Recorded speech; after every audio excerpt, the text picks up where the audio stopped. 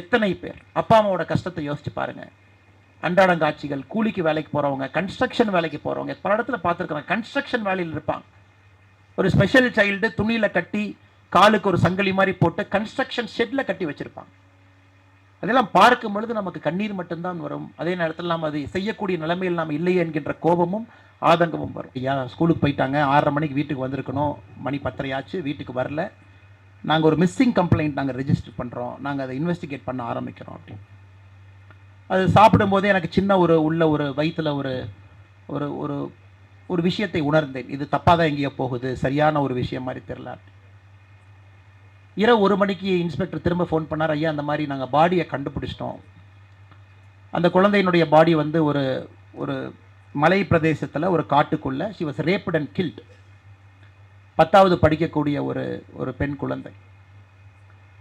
So உடனே நான் ஒரு வீட்டிலேருந்து ஒரு 10 நிமிஷத்தில் கிளம்பி 1 hour 1.5 hours போக வேண்டிய தூரம். ஒரு 3 மணிக்கு காலையில் ஸ்பாட்டுக்கு ரீச் பண்ணுறோம். ஊர் மக்கள் எல்லாம் சேர்ந்து நிற்கிறாங்க, ரோட்டில் நிற்கிறாங்க. ஒரு 5000-6000 பேர். ஹைவேவை பிளாக் பண்ணிட்டாங்க. எல்லாருடைய இதில் ஆக்ரோஷம், கோபம். காவல்துறைன்னு யாரு கிடைச்சாலும் அடிக்கணும் அப்படிங்கிறது அவங்களுடைய எண்ணம். அதுவும் குறிப்பாக எஸ்பி வந்தாங்கன்னா எஸ்பி நம்ம விடக்கூடாது அப்படின்னு.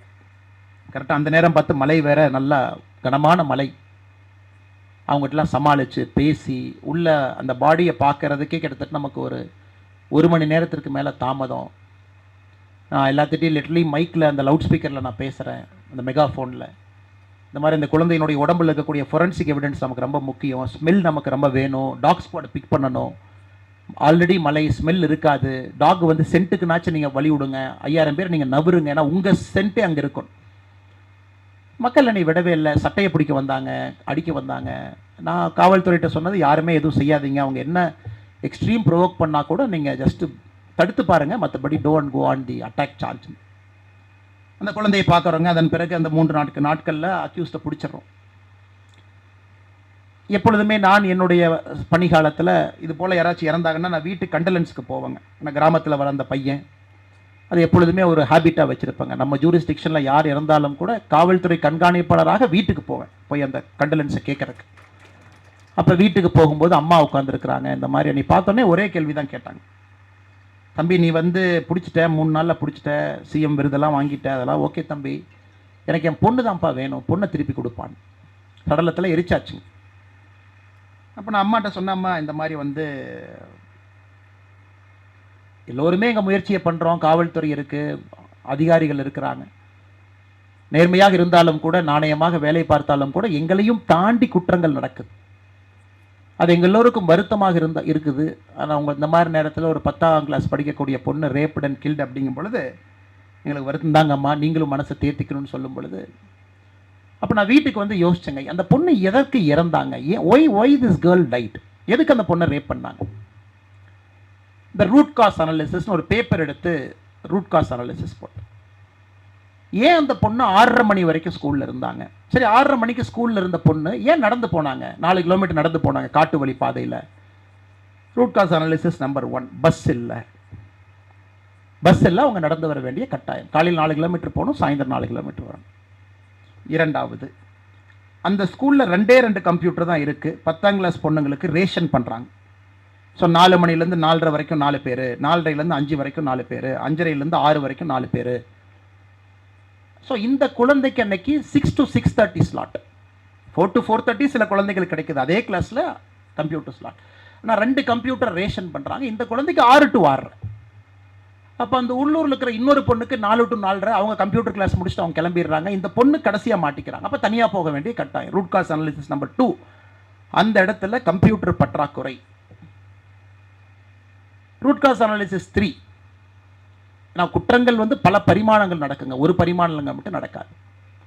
போலீஸ் வெஹிக்கிளினுடைய பேட்ரோல், லோக்கல் ரவுடி செக்கிங், உள்ளூர் இருக்கக்கூடிய அக்யூஸ்ட் எல்லாம் ப்ராப்பராக முறையாக அவங்க வீட்டுக்கு போய் செக் பண்ணுறாங்களா, மாதம் ரவுடி பெரேட் நடக்குதா, போலீஸ் சம்மந்தப்பட்ட விஷயம், அது ரூட் காஸ் நம்பர் 3. இந்த மாதிரி நான் கிட்டத்தட்ட ஒரு 9-10 ரூட் காஸ் எழுதுறேங்க.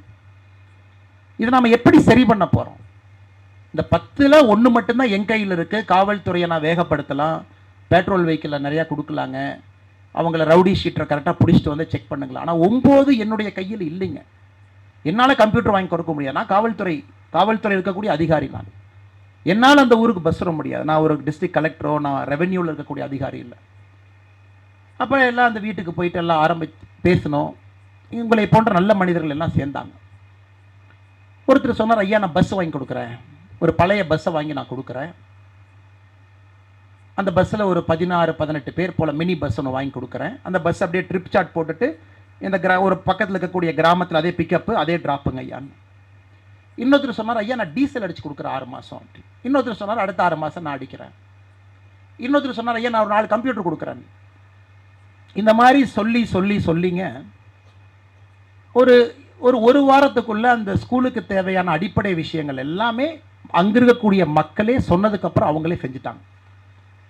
எதுக்காக இந்த விஷயத்தை நான் அடிக்கடி சொல்கிறேன் அப்படின்னாங்க, என்னை வேலையை விட வைத்த பல விஷயங்கள்ல இது ஒரு முக்கியமான ஒரு விஷயம். ஏன்னா நாம் இன்னும் கொஞ்சம் ஸ்கோப்பை பெருசாக திங்க் பண்ணணும், சமுதாயத்தினுடைய அடித்தளத்துக்கு போகணும், ரூட் காஸில் பிரச்சனையை சரி பண்ண ஆரம்பிக்கணும். அப்போ தான் மேலே வரும் பொழுது பிரச்சனை வராது.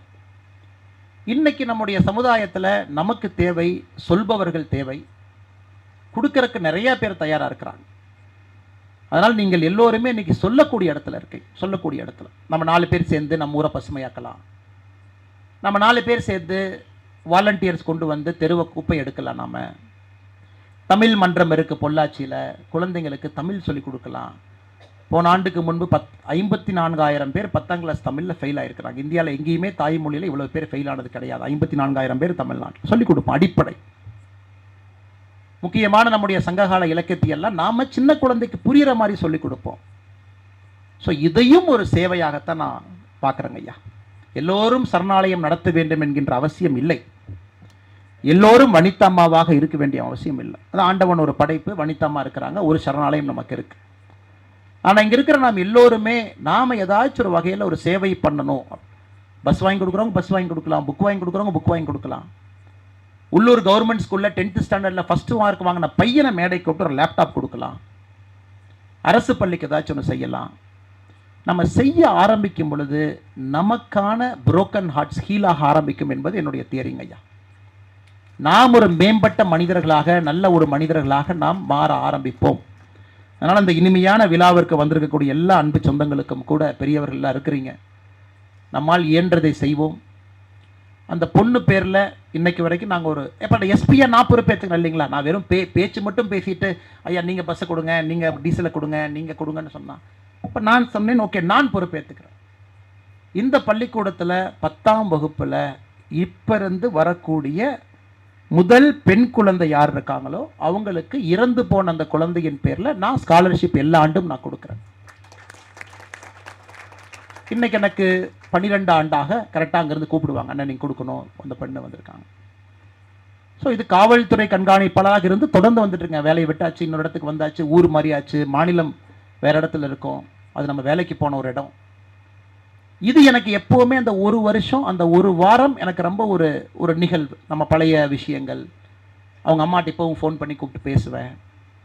அவங்க அம்மா எப்படி இருக்காங்கன்னு பக்கத்தில் யாராச்சும் அனுப்பி கேட்பேன். அந்த கவர்மெண்ட் ஸ்கூல் இன்னுமே இதே மாதிரி இருக்கா, இல்லை இடையில மக்கள் மறந்துட்டாங்களா, அது இல்லையா அப்படி. ஆனால் நிச்சயமாக நீங்கள் நிறைய செய்கிறீங்க. என்னுடைய அன்பான வேண்டுகோள், இன்னும் நாம் எல்லாம் செய்ய வேண்டும். சமுதாயத்தில் அவ்வளோ பிரச்சனைகள் இருக்குது. பணம் இருந்துதான் கொடுக்க வேண்டும் என்கின்ற அவசியம் இல்லை. குணம் இருந்தாலும் கூட குணத்தை கொடுத்தாலே அது பணத்தை விட பெருசு தான். அதையெல்லாம் கொடுப்போம். ரோட்டரி லைன்ஸுக்கெல்லாம் இன்றைக்கி பெரிய ஒரு பொறுப்பு அவங்களுக்கு இருக்குது. சமுதாயத்தில் மக்கள் உங்களை நம்புகிறாங்க. அரசியலை தாண்டி நிற்கக்கூடிய அமைப்புகள் ரோட்டரி லைன்ஸ் எல்லாம் எதை செய்தாலும் கூட அரசியல் லாப நோக்கம் இல்லாமல் செய்கிறீங்கன்னு மக்கள் நம்புகிறாங்க. ஜேசிஐயோ ரோட்டரியோ லைன்ஸோ எத்தனையோ இயக்கங்கள். உங்களுடைய பொறுப்பு இன்னும் பெரிய பொறுப்பு. அதனால் இங்கே இருக்கக்கூடிய எல்லா ஆண்டோர்கள், சான்றோர்கள், பெரியவர்கள் எல்லாம் நிச்சயமாக வருகின்ற காலத்தில் இன்னும் சிறப்பாக இந்த நிகழ்ச்சியை ஒரு உந்துதலாக நாம் எடுத்துக்கொண்டு அண்ணா